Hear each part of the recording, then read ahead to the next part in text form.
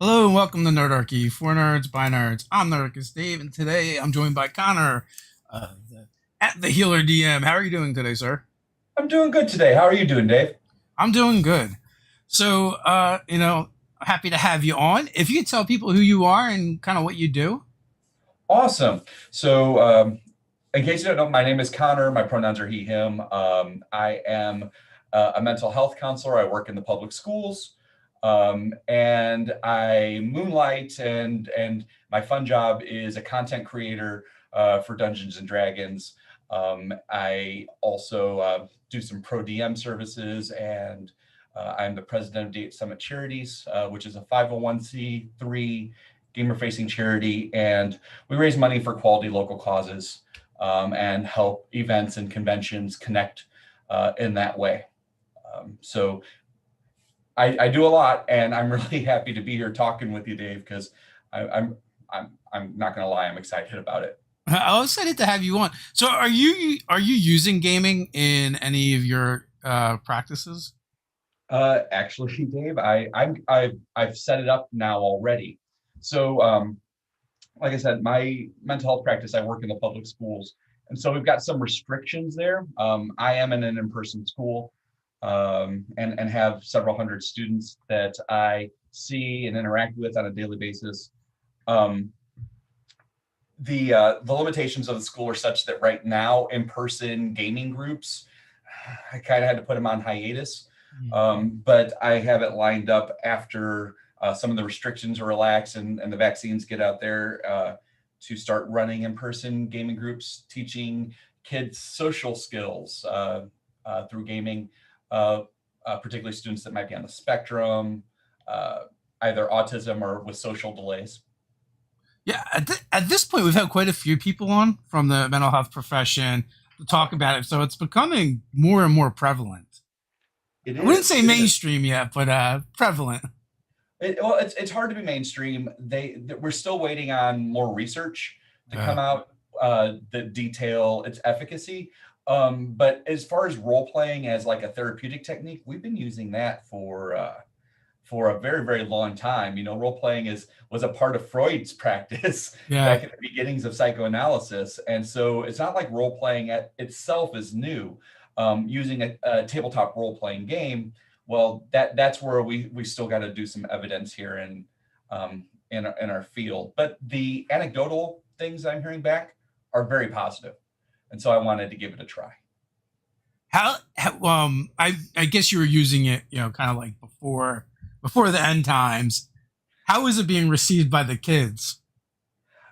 Uh, so my a lot of my work, I utilize games therapy, so which is its own brand of therapy. And you teach clients important skills: reciprocity, eye contact, politeness, mannerly interacting, dealing with frustration, or all the other things that we get used to dealing with in games. You can use it to teach some really powerful lessons to people. And so I use games therapy a lot. And people are like, "Oh yeah, what do you use in therapy?" I'm like, "Well, we play a lot of Sorry. Uno happens a lot. Um, the Trouble. Trouble's a fun one. Uh, Going Connect old Four. school. Yeah, well, I mean, but the lessons you can teach in those games, and people are just like, oh, it's just like a game. But no, it's more than a game, because you actually have to be there and you have to be present with another person. You have to look them in the face. You have to understand turn taking. You have to take their perspective to learn how to be a good winner, how to be a good loser. You need to it builds conversational skills, because you're not just playing the game, you're like talking to each other. And so from a therapeutic stance, gaming is a powerful tool in the hands of a trained therapist. And I've used it for years and gotten some marvelous results from it. And the coolest part about games, Dave, is that when clients are doing it, they think they're having fun. So it's one of those therapeutic practices that people enjoy and they seek it out. Well, hopefully they are having fun and just I don't know. think it. Well, I mean, but a lot of therapy isn't very fun, Yeah. right? And so this is a form of therapy that keeps people engaged and makes them want to come back. And so that's why I'm so excited. The folks at um, at the Quest on the Quest RPG team, they donated generously to our school. Donated several copies of the hardcover for their game Quest, and I can now use that game with our kiddos. They're a great team. Nice. We're getting ready to start a quest game. Oh Um, yeah, I read that. yeah, we cycle through Tuesday nights on who's GMing and what and the games we're playing. So we've done D&D Cipher System back on D&D, and then after this D&D run, it'll be Quest. We only have a couple sessions left. I So think I think you'll love it. It's got a really narrative flow. It's very descriptive, and it's easy for people that are new to the game just to jump in. yeah. Uh, my I run a group for adults, and we have a great time with it. I also run a group for a family, married couple, and their three kids between the ages of 19 and 12. Every single one of them was able to hop into the game, start playing it from the beginning with no RPG experience whatsoever. And looking at them now, I mean, I would say they're awesome. They're awesome gamers. They narrate their actions, describe what they're doing, fluidly describe how their characters look and how they might be feeling. And like it's a good game for that, and it's accessible to young people, which is good too. You also do paid GMing as well, Mm-hmm. correct? Mm-hmm. How long have you been doing that? So I've it's funny. So in the long ago before COVID, Yeah, I yeah. I did it. I did pay GMing, but it looked different. Like I was always at conventions, running games or adminning. I've been an admin for our event, the D8 Summit, but Gary Con, Gamehole Con, Siege Con, a lot of the things here in the Midwest. And so I mean, they're giving me a hotel room and Hmm. here's some books and everything. It was paid DMing, but it didn't look the same. Now it's online. I don't need to be given a hotel room, so people kick me some money. I use it to improve my setup so I can run better games. I donate a lot of it to charity. Um, it's it's allowed me to meet some really neat people that I would have never met otherwise. And I think that's maybe my favorite part of paid GMing is that I'm able to do that. Yeah, I mean, it's really been growing over the last few years, and also like the the stigma around it is slowly going away as well. Yeah, it's slowly going away. I think before a lot of us were doing some degree, as DMs, a lot of us were doing some degree of paid DMing. We might not have been given cash in hand, but our players would buy us food or drinks or, oftentimes, here's a nice gift, things like that. Um, but there's a definite craft to doing it well, and I'm learning how to do it better every day. The And there are plenty of people who would like to be in a game that's stable with people that are vested in the game, show up on time or ready to go, and you see that a lot more in paid DMing, in my experience, which struck me as odd in the beginning, but I mean, I just accept it now as being truth.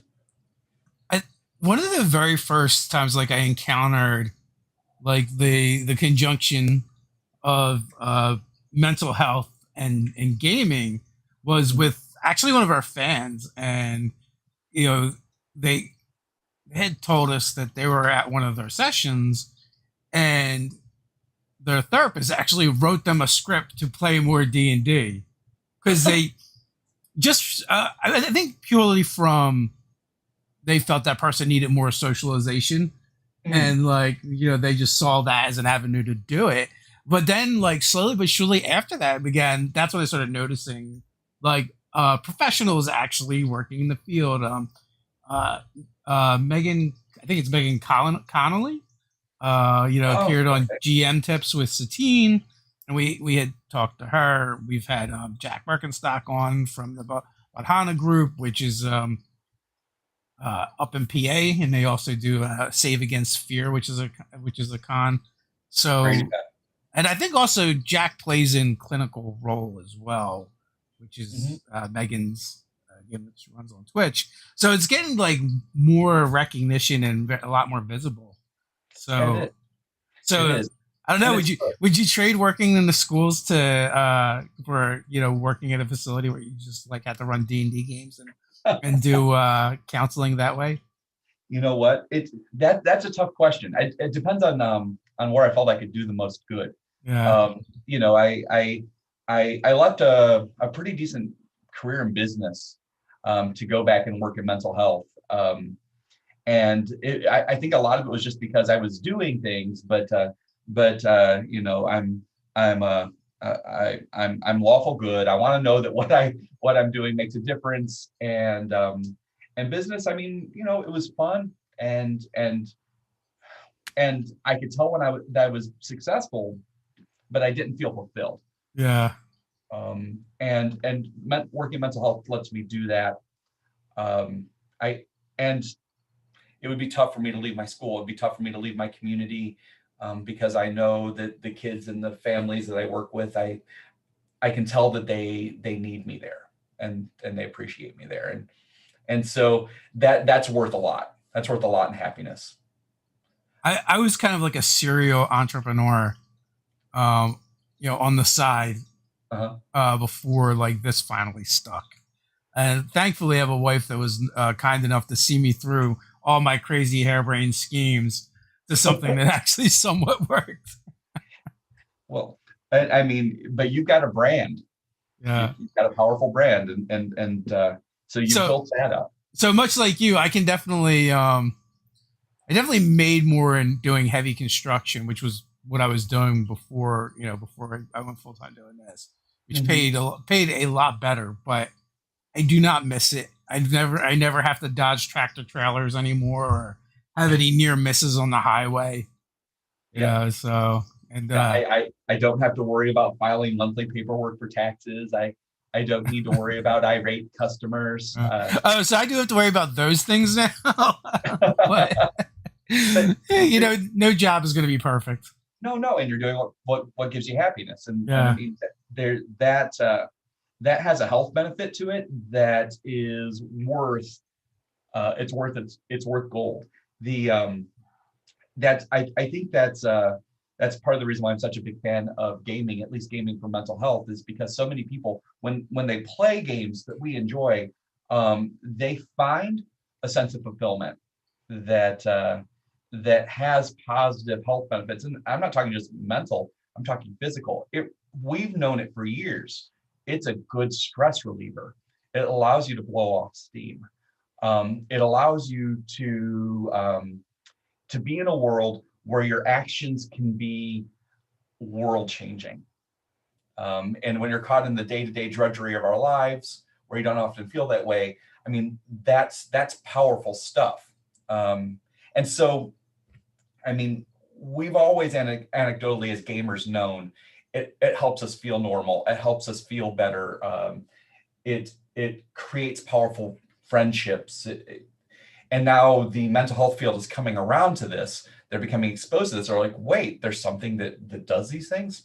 And so they're just now hopping on the train for something us graybeards knew, Yeah. helped us survive middle school. Well, I guess role playing has always been used in a lot of different Mhm. professions, not just mental health, but business and things like that, and that's what we kind of do.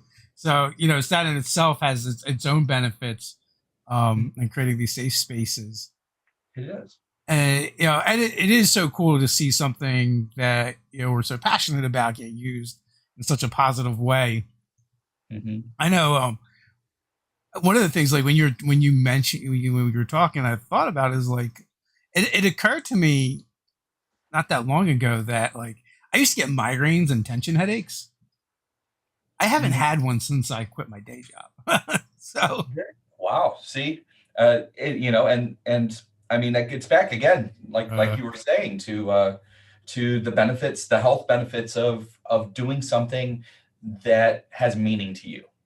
right? I Yeah. mean, that's always going to contribute. And man, the stress, Yeah. the stress level going It down. it's so weird too because like there's definitely been nights where I couldn't sleep because there's something going on with the business and it's a problem to solve, or it is a kind of a stressor, but it's never affected me the way like working one of the day jobs I've worked has.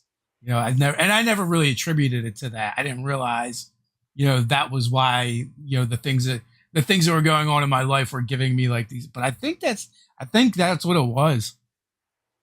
Um, Yeah, being able to do something that that I enjoy and I'm passionate about, and and it's so bizarre. Like, isn't it? Yeah, the last day I worked a job in business, and I said, okay, this is my last day. I'm done from here. And they're like, okay, well, we're gonna miss you. I walked out of that place. I yeah, took a breath, and I just felt different. I'm like, what's going on here? Um, I'm like, did I accidentally ingest something with lunch? yeah. Because you just feel that weight lifted off your shoulders, and your muscles finally relax, and you can breathe, and you're like, holy crap, it's just like all of that stress is gone. I'm not going to say that the work I do doesn't have its own stress, because it does, but I find I'm better equipped to manage it because I'm doing something that has meaning to me. I'm I, doing something that helps, and I like it's easier to deal with that stress when your soul is also not being crushed. indeed. I think that's what it is. It's like you have more room for that stress to kind of work its way through you instead of like when your soul's being crushed. I think it just creates a bottleneck, and it needs an outlet somewhere, and that's where like the headaches and the physical ailments come from. Well, I'm happy you found that, because there's a lot of folks out there struggling. If you are struggling with that exact same thing, I'm just going to encourage you and say, look, you've got two people on your screen right now who eventually worked through it and found something to do with their life that gives them some degree of joy and helps take off some of that stress. You can do it too. I promise. You really can. You just keep pushing through it. You'll get there. So, what are some lessons you've learned from running games where you said you deal with like 8 to 11-year-olds? 8 to 11-year-olds. Yeah, that's interesting. Oh, okay. Lessons I've learned running games for 8 to 11-year-olds for mental health. Um, the game is an excuse. The game is always an excuse. And I think that might be the most important lesson I learned. Um, Whenever we get together and we play games, it's a convenient reason for us to get together. But in truth, the reason why we're getting together is because we want to be with other people and have that connection. Never put more emphasis on the game than you do the other people that you're with. Um, another thing I learned is stay focused on a fun experience. Games therapy works because people are having fun while they're doing it, and so they buy in to it. But it's true in just regular gaming too. If the game isn't fun anymore, don't do it. Like, just Yeah. don't. You know, um, it's okay to say, hey, we're going to take a break, or hey, let's wrap this up and go to something else. Um, um, Gaming connects us in interesting ways that are story building and myth building. And you can explore yourself no matter what that game is. And our RPGs are amazing at it, but you can figure out often just as much by playing a game of hearts as you can by playing a TTRPG and figuring out who you are as a person, what you believe in, and what you value. So long as you're there for the experience with other people. So those are important things I learned from doing games therapy, and things you can just take into just your regular game. I'm not saying that your games have to be games therapy by all means, unless you're explicitly trained in how to do this. I would highly recommend that you play games for fun. Yes. Um, but Amen. but understand that even if you're just playing games for fun, they're going to have a powerful effect on you. Yeah. And as long as you're doing it to be with other people, and you're present with the other people, and you're having fun together, you are building things that will provide long-term physical and mental health for the other people at the table with you. Yeah. Someone told me they were checking out a panel at a for a convention, and Mhm. it was on gaming and mental health, and not no one was a mental health professional, and they gave like the most terrible advice I ever heard, which was maybe you should take some psychology classes, to like as if you're going to introduce therapy into a gaming session. I'm like, no, like literally anytime we've addressed videos where we talked about anything remotely like that, we always lead with we are not trained professionals. We know nothing about medicine, and any advice we give you will probably kill you. Don't take it, Yeah. because you need to. When it comes to certain things, you just need a professional. Yeah, that is almost certainly true. Well, you're talking. I said, I said I'm not a doctor. I cannot prescribe medication. My Twitter very clearly says I cannot provide medical advice to you. But I would highly encourage it, unless you were a trained professional, not to do these things as therapy. Don't take a psychology course and think you can. Yeah, But there are things you can do, even if you're not a trained mental health professional, that can help. I highly recommend, if you're looking to genuinely run games that are fun, and then maybe help people along the way. There is a special training you can do that's called Suicide First Aid. I highly recommend it to anybody. If you were to Google it, there are places with trained professionals that will teach everyday people what to do if somebody's really hurting out there, and the steps that you can take to save a life. It's like learning CPR, except learning how to help prevent suicide, and how to connect people to professionals that can yeah. help. I was going to say, I imagine part of that is getting someone in the hands of a professional as soon Mhm. as possible. Right, but Yeah, getting them to a place where they're stable enough that they can do that. yeah. It's like You giving know, CPR, like you said, like first aiders or CPR. You just kind of keep them going until the paramedics get there. correct. Yeah, and I mean it's great training, and I highly recommend anybody.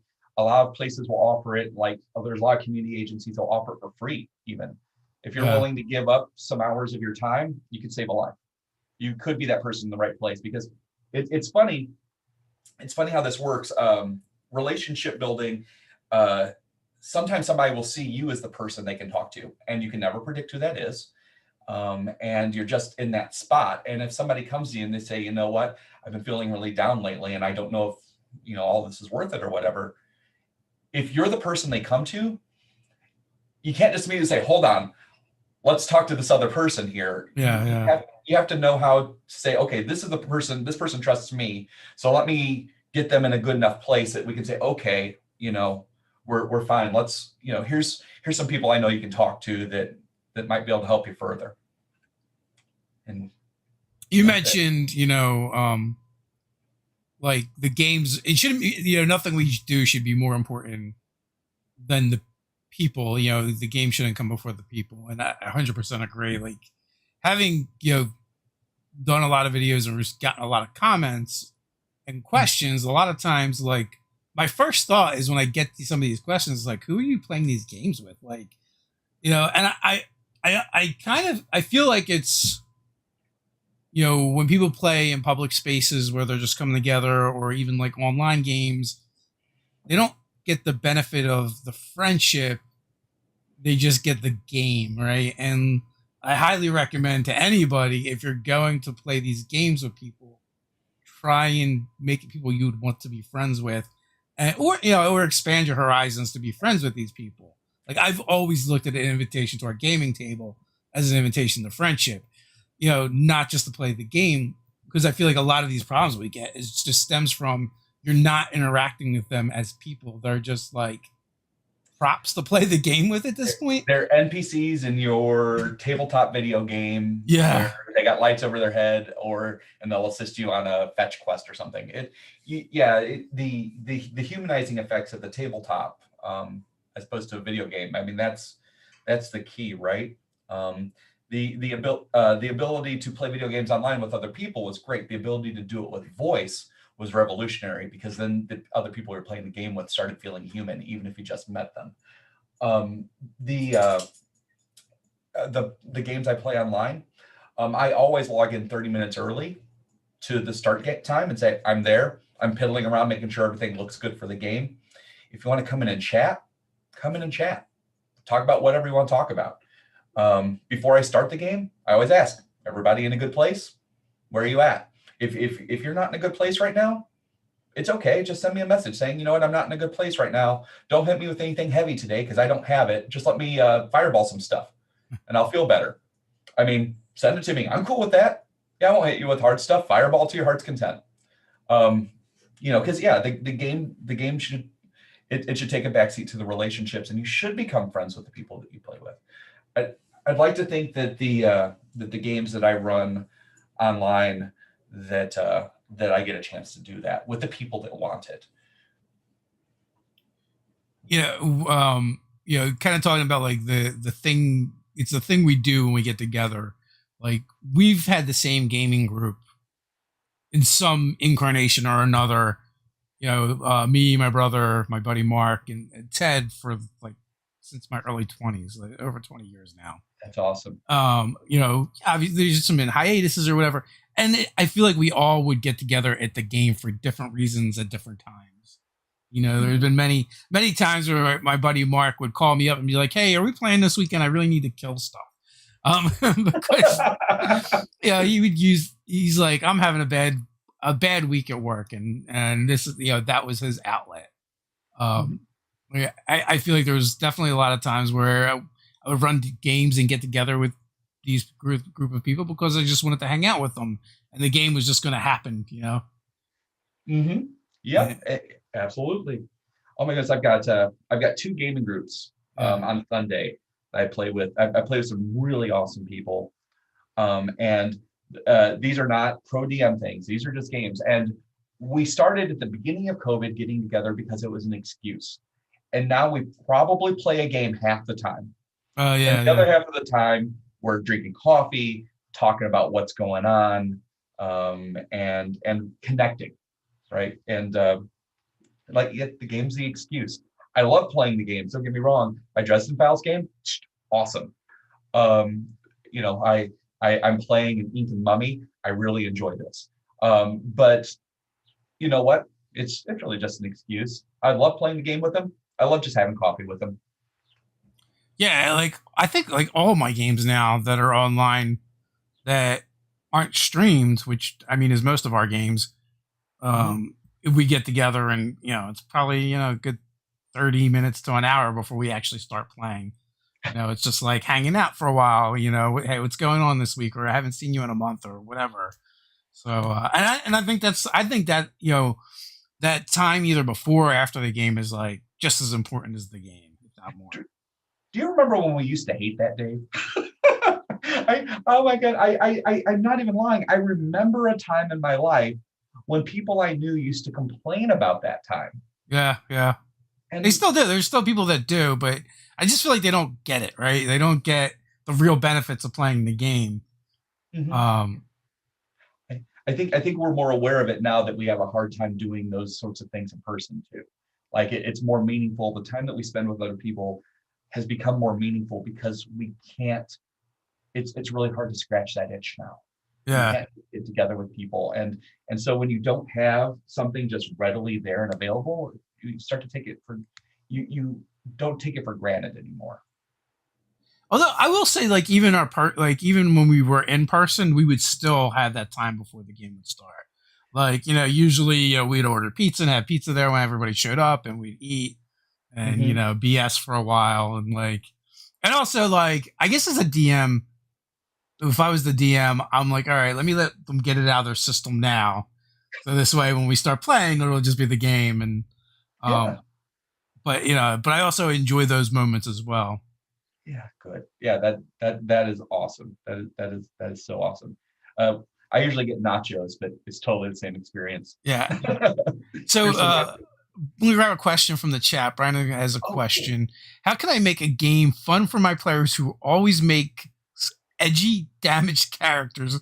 What is the cathartic in play? So I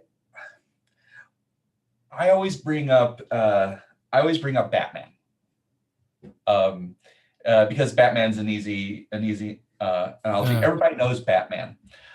There are in literature, in the comics literature, there are two very different Batmen. One Batman is the solo book Batman, and the other Batman is the Justice League Batman, and they are two completely different people. The solo Batman is flawed and edgy, and it plays well because he doesn't have to cooperate with other people. And then Justice League Batman still has that backstory, but they don't play up those elements. They play up the contributions he can make to the group. They play up the ways the things he can offer that save other people or keep the other members of the Justice League safe. Because I mean, when one of them, Superman, I mean, he's pretty tough. Wonder Woman, the same. She's pretty tough. What can yeah. Batman do to keep them safe? And he does it. Like he's got skills that they don't have that he can contribute. When you're playing a role-playing game in a group, we need more of the Justice League Batman and less of the individual comic Batman. Just because, I mean, that's the dynamic of the game that's going to make it pleasurable for other people. Remind them that that the point of the game again is not the game. The point of the game is the people that you're sitting with. So it's not about your character when you're making a character. It's really kind of about their characters when you're making a character, because ultimately you're there and you should be providing entertainment for the other people around you too, not just yourself. And so don't be a dick. That's a good general rule. That's why games like we just started playing a Monster of the Week game this weekend and did the Love sessions it. 0 Love prior to it. that. Like all the questions and histories that you do together are Mhm. so useful and helpful for that stuff that doesn't really show up in a D&D game, but it can, right? Like you can take that stuff and import it into your game, and making the characters, even that edgy dark dark lord character, connect to the other characters. It's going to Mhm. make the player care more about them, hopefully, when they have About input. it. Yeah. So true story. My buddy Jeremy Arnold. He's a DM and coordinator out of Indianapolis. He has he ran a game of Waterdeep Dragon Heist for me that changed my life because he started it with a shared character creation that used the fate method of okay. Write a thing down and pass it. Write a thing down and pass it to somebody else. That's what they are.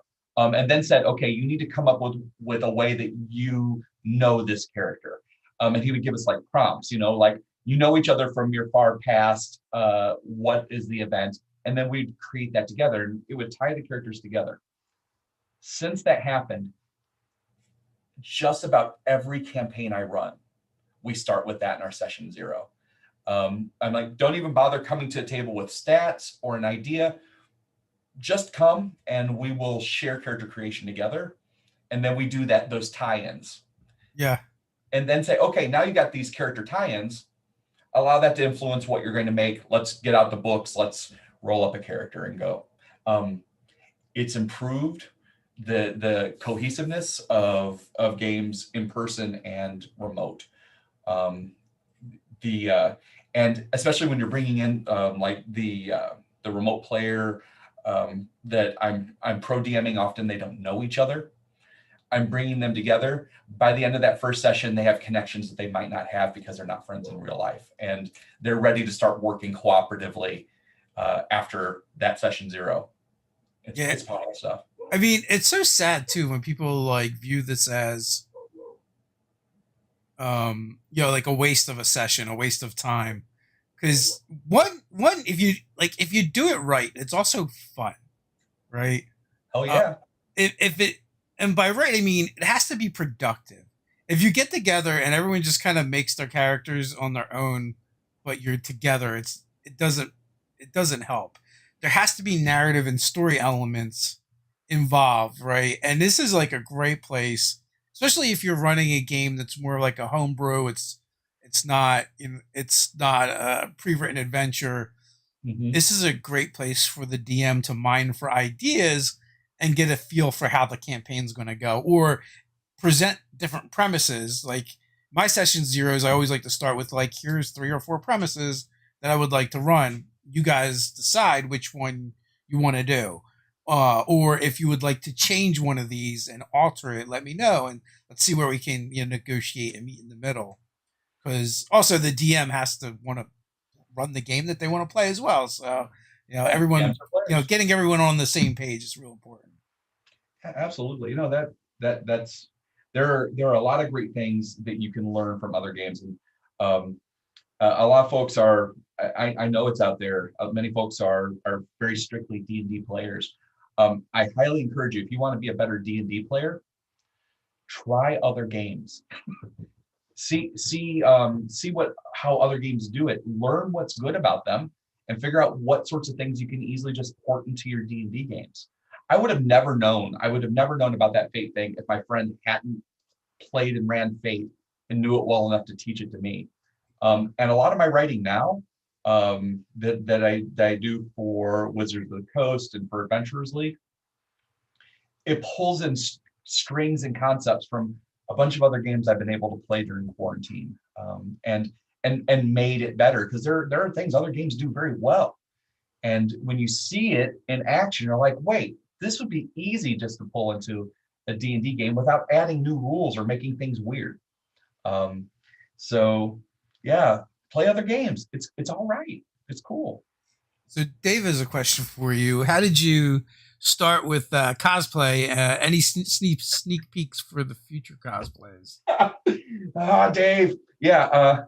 So um, I I have a really self-deprecating sense of humor. Um, I am a middle-aged dude. I do not have six-pack abs. I've got a pony keg. Um, I but That's all good. I hear the dad bods in nowadays. yeah, well, I have yet to find who it's in with, but when I do, I'll tell you. The, but what it's fun. It's silly fun. It's dress up, pretend kid stuff. And I just like, by doing it, it's just like, you know what? I'm gonna just forget about what other people might think about me, and I'm just gonna have fun for me. Um, so that's how I got into cosplay. Just because I'm like, other people might think it's fun, and in general, people seem to think it's fun. I'm like, Yeah. wow, this is cool. People think it's fun. So I've cosplayed for a lot of events, public play events for Adventurers League, and I really enjoy it. I put together a pretty hilarious Strahd cosplay in remote, so maybe you'll see that at a public play event sometime soon, Dave, because it is just downright hilariously funny. Yeah. The Oh no, because you mentioned Dresden, Dresden Files games. You have to cosplay Dresden as the vampire. oh, there, yeah, which one, white court or red court? No. Red court. Dresden Oh, dressed as Dresden. the vampire from book. I want to say it was like book 3, I'm, Grave I'm Peril. about to I'm about to take up some details then. Dresden Files is a great RPG and a great book series. So I've got He some friends. he My goes book to a club. vampire ball, dressed as a vampire, but a cheesy vampire. Oh, I could swing it. I I had I specifically bought a pretty decent quality wig, Uh huh. uh, because I mean I've got nothing going on up here. Like I wear a hat so that I'm not like shining your guests out. Um, but the so I've got like this long ridiculous looking wig, and it's like, oh look, heavy guy in a crazy wig. That's kind of funny. Um, and but yeah, I do it just because it's fun for people. I see other people, they delight in it, and that makes me happy too. I do have a Strahd cosplay that I plan on bringing, and I'm going to keep reprising my Red Wizard of Thay, um, because everybody likes a good bad guy. Can't go wrong there. So No. Dave says, says you do some writing for AL, and apparently you've written for the epics. Mhm. Can you talk about that? I can. I do a lot of writing for Adventurers League. I was a pretty prolific writer in their CCC program. I'm getting ready to push out some of my Dungeoncraft adventures. There was just some other things I needed to get off my plate first. I wrote a lot of dark fairy tales and sort of stories in that milieu. The most recent adventure I wrote for them specifically was one of their epics. For those of you that don't know Adventures League, it's the public play arm of Dungeons and Dragons. It allows players from all over the world to play in the same campaign together and share stories. And so I like it because it brings people together from everywhere. And people move from table to table with different DMs, but they're allowed to bring their characters with them. So their epics are multi-table cooperative events. Pathfinder also has multi-tables, Pathfinder Society and Starfinder Society. And you'll have multiple tables, multiple DMs, all working toward the same end. The adventure I wrote was called Terror in 10 Towns, which is set in the storyline for Rime of Frostmaiden. And you can pick it up and drop it right into your Rime of Frostmaiden game because there's guidance in there to run it from one table or to run it for multiples if you were to pick it up on DM's Guild.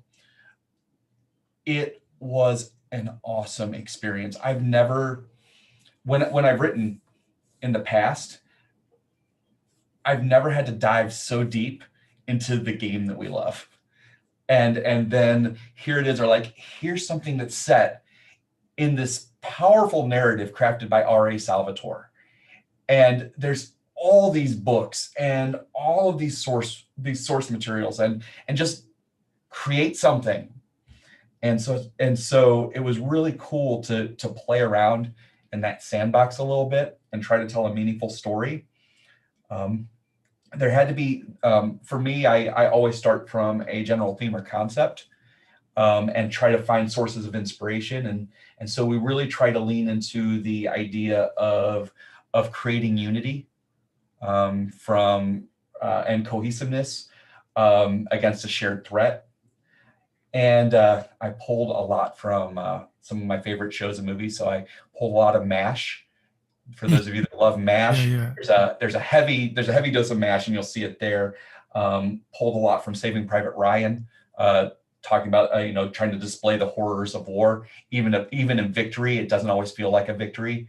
And there might just be a little bit of Star Trek Voyager in there too, but because I'm just thinking of all the people who are like, MASH, what's that?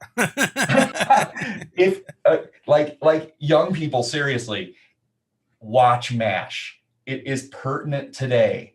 It's still funny and it's still pertinent. So if you want to understand why war really is hell, there's very few things that will tell you, that will explain it better to you than watching MASH. Yeah, that show went on for a long time. I remember watching it, growing up. Mm-hmm. Yeah, it went on forever with some top-notch acting talent, some great humor sequences, and a ton of heart. They used humor to inject really powerful moral lessons that I think would still resonate with people today. I wonder if you can watch that anywhere now. You can. There are some local stations that have it. You can still watch it on local stations, often late at night. Yeah. And you can buy the compilations. And I would want to say you could YouTube some of the episodes.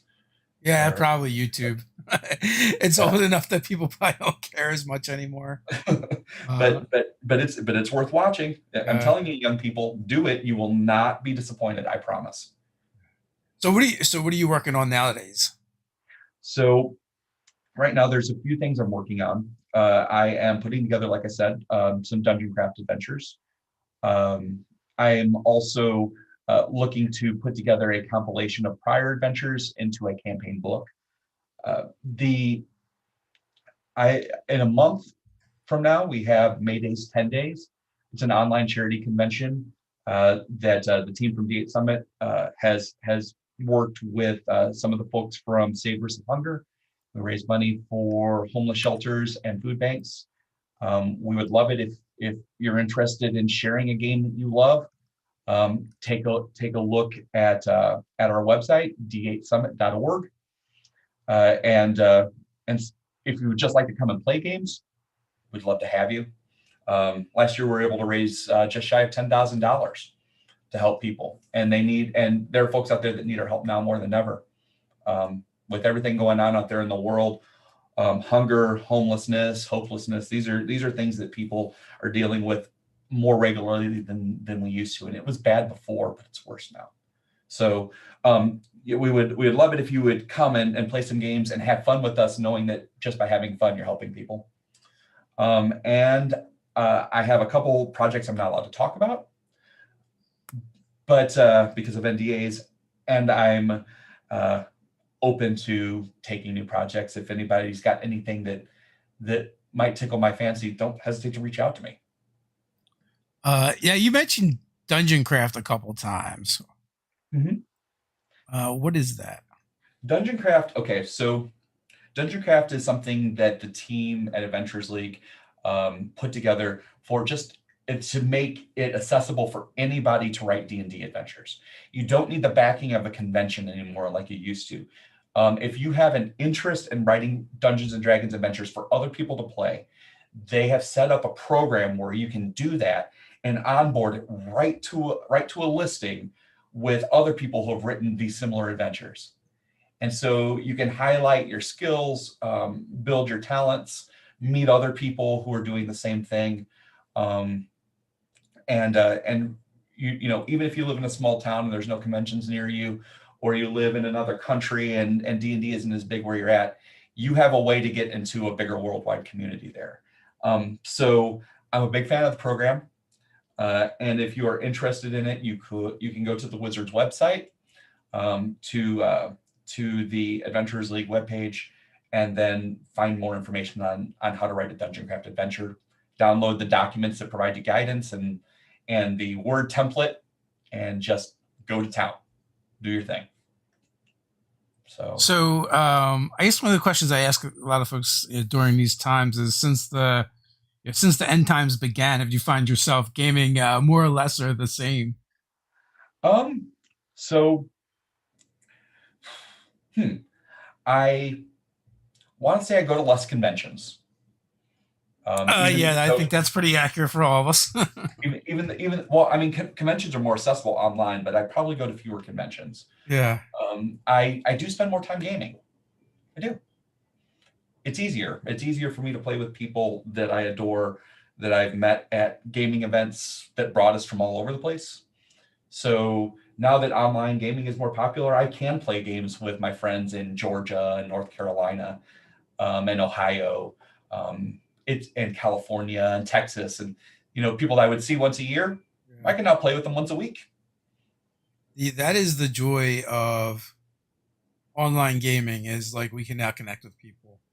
I mean, I can't wait until we finally get back to the actual table, but in the meantime, it's not bad. It is a way for us to connect. And I mean, could you imagine, like, when we were growing up, if something like this were to happen, like there'd be nothing you could do.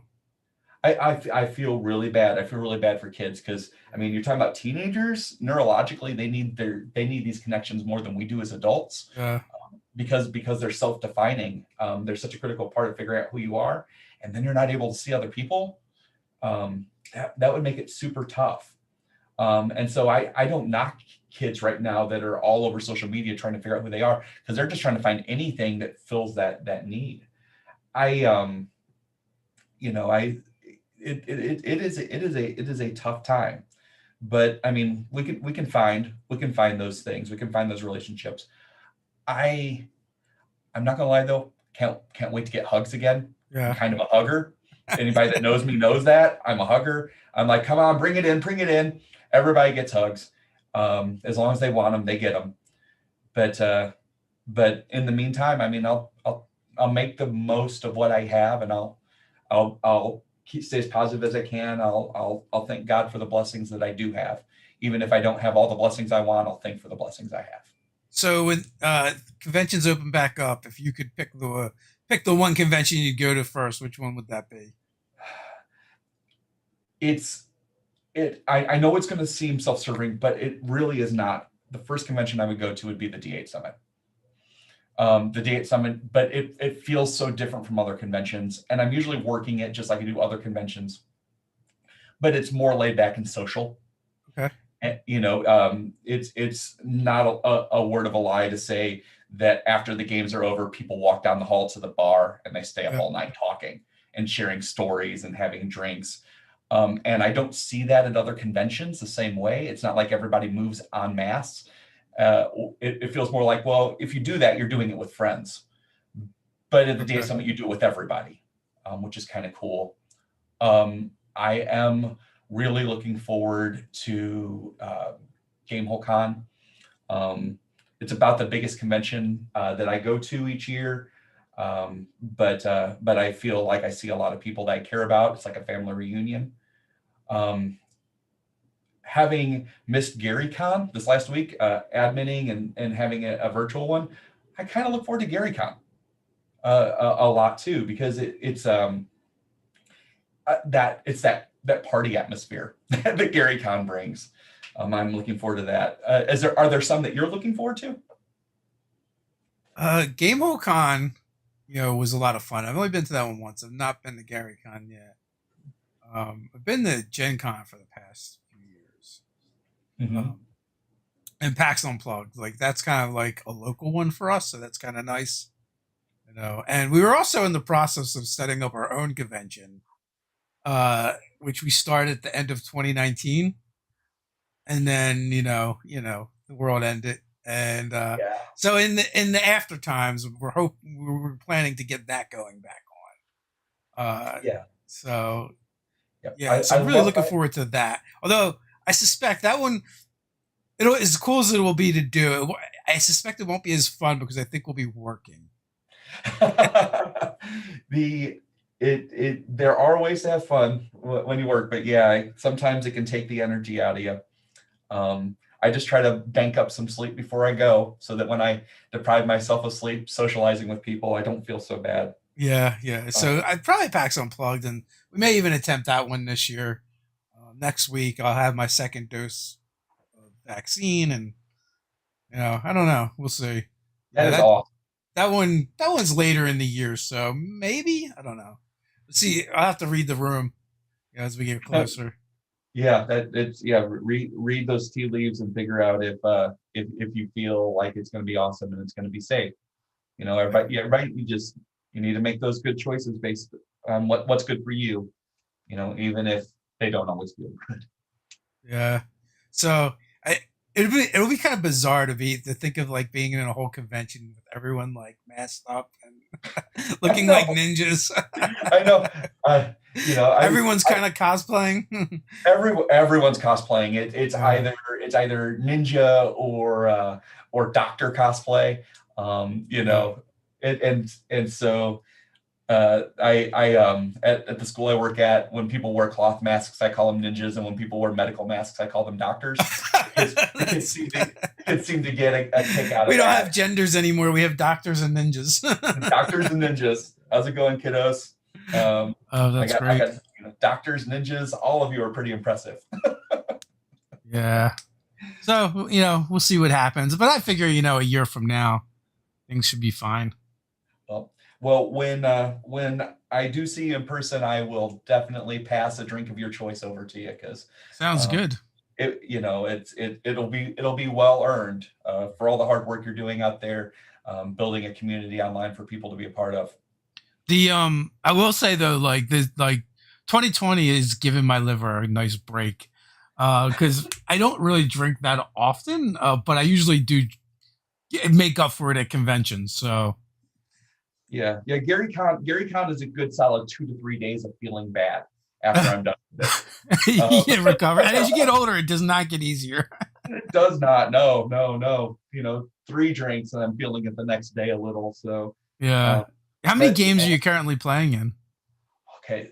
So I'm thinking I'll go through them. I play in a Dresden Files game on Sunday morning. I run a quest game on Saturday night. I run D&D on Monday. I run uh, D&D on Wednesday, D&D on Thursday, D&D every other Friday. Sometimes a quest game for a family in there. Tuesday, I don't run a game. I just host people for streaming Star Trek Discovery. That's pretty fun too. Um, and I don't have to prep a game for it. But that's a lot of gaming. It is a good amount for sure. It's a lot of gaming. I mean, a lot of it, like it's for charity or it's professional, but it still feels fun. I still have fun doing it, so I still count it. Are any of your games streamed, or are they all private games? My games, I typically run private games. I do some streaming. I've got a buddy of mine who's looking to start up a stream, and he's asking me to be a part of it. So I'm looking forward to that. I keep my games private because I want people to feel very comfortable and safe. A game that you stream feels very different than a game that you play in person, right? It's less about the people that are at the table, and it becomes a little bit more about the people that might be watching or listening elsewhere that you can't see. And so it doesn't it doesn't hit in all the same spaces. And it doesn't feel like the intimate experience that I like from another gaming table. It's fun to stream, and I absolutely will do it. But the intimacy of a private table is also great too. So it's okay to do both. Yeah, I mean that's why like we stream right now. We only stream one game, Mhm. and we play a bunch of. Although I'm playing in a second stream that's like every other week. Someone had invited me to play in a Pathfinder 2E game, but we play three out of the 4 Saturday nights we play a game, and in a game Saturday mornings, and all of those are private games. The Saturday night games will eventually be in person games again, uh, Yeah, which will be nice. I've already threatened my friends with a good dinner when we get back together in person. Like my one single solitary in-person game, I said, when we get back together, it's gonna be delicious dinner. It's not gonna be nachos this time, y'all. To I which know. they're all thrilled because the thought of having more Taco Bell nachos for them. Every time I say I brought Taco Bell nachos because I love them, and they're like, oh.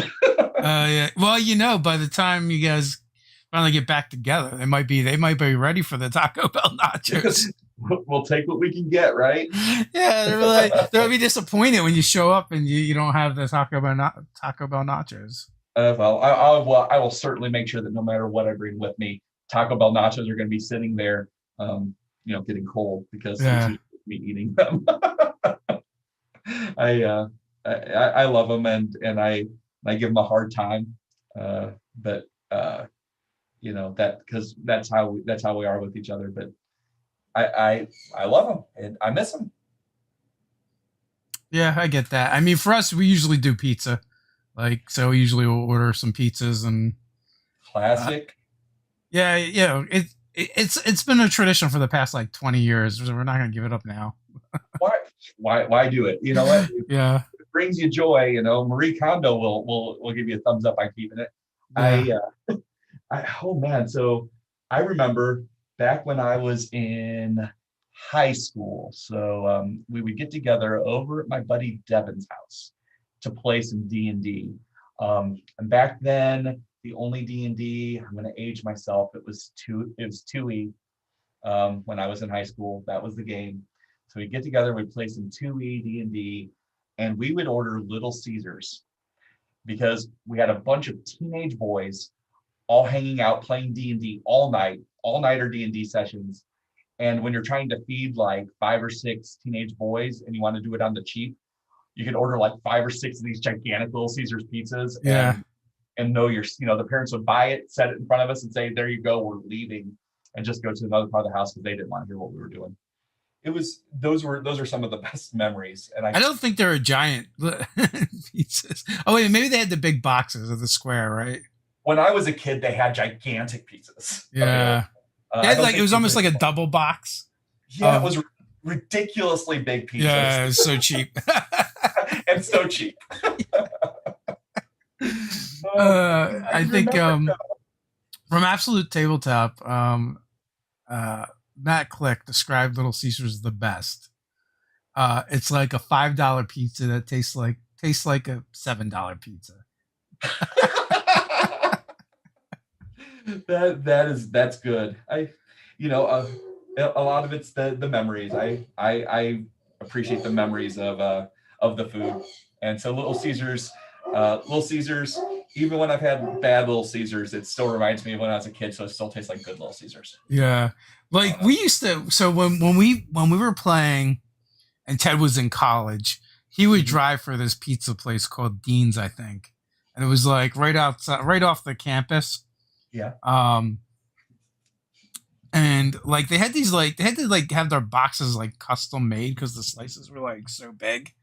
Um Nice. and and even then, like sometimes you get a pizza and it'd be like the crust would be like folded up a little bit on the edges to make it fit.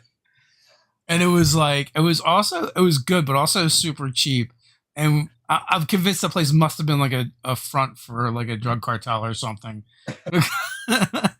There's a local place out by me that was Yeah, yeah. an Italian place. And but their food's really good. I Uh, I uh, I do miss a good East Coast slice, though. I'm not gonna lie. Sorry, I know I'm in the Midwest. All you Chicago people that might yeah, be watching that are friends with me, sorry, not sorry. There's something about an East Coast slice that just really hits the spot. yeah. I've had Chicago pizza. It's okay. I mean, It's a like, meal. Like if yeah, you're yeah. looking It's at not the pizza as a same. meal, yeah. But you know what? If you're just looking to hang out with friends after you go out for a night, you want to order it right off the street from a cart, or hit a pizza place that's open until ridiculous hours. Yeah, Um, the East Coast, it does it fills that hole in a way that Chicago style pizza can't. Sorry, y'all. yeah. It's definitely a thing. So we're just past the hour mark, so it is that time. Final thoughts before we head on out. Um, Well, I wanted to thank you, Dave, for having me on. I want to thank anybody that's listening or watching.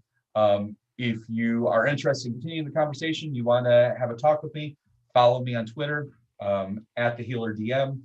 Uh, I tend to mutual people. I warn you now, because if you're going to take the time to read what I'm saying, I'm going to take the time to read what you're saying. That's how conversation works. So I will do that. I warn you now. And um, check out d8summit.org if you're interested in getting involved with May Days. We'd love to have you on as a player or as a game master. And whatever you're doing, just do it with passion. Do it, lead with heart, and take the steps you need to be well, so we can come through this together. And as always, there's links in the description, so go find them and click away. Thanks for coming on, Connor. It was great. And until next time, everyone, stay nerdy. Thank you,